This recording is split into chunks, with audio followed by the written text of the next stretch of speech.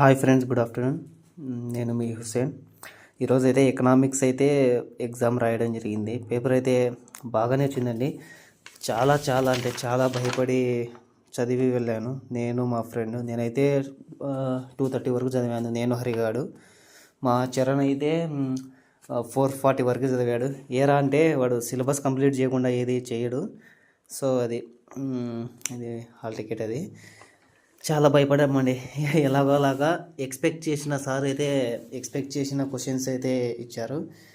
అది చాలా హ్యాపీగా ఉంది మాకు. ఓకే, మిగతావి కూడా బాగా రాశాను.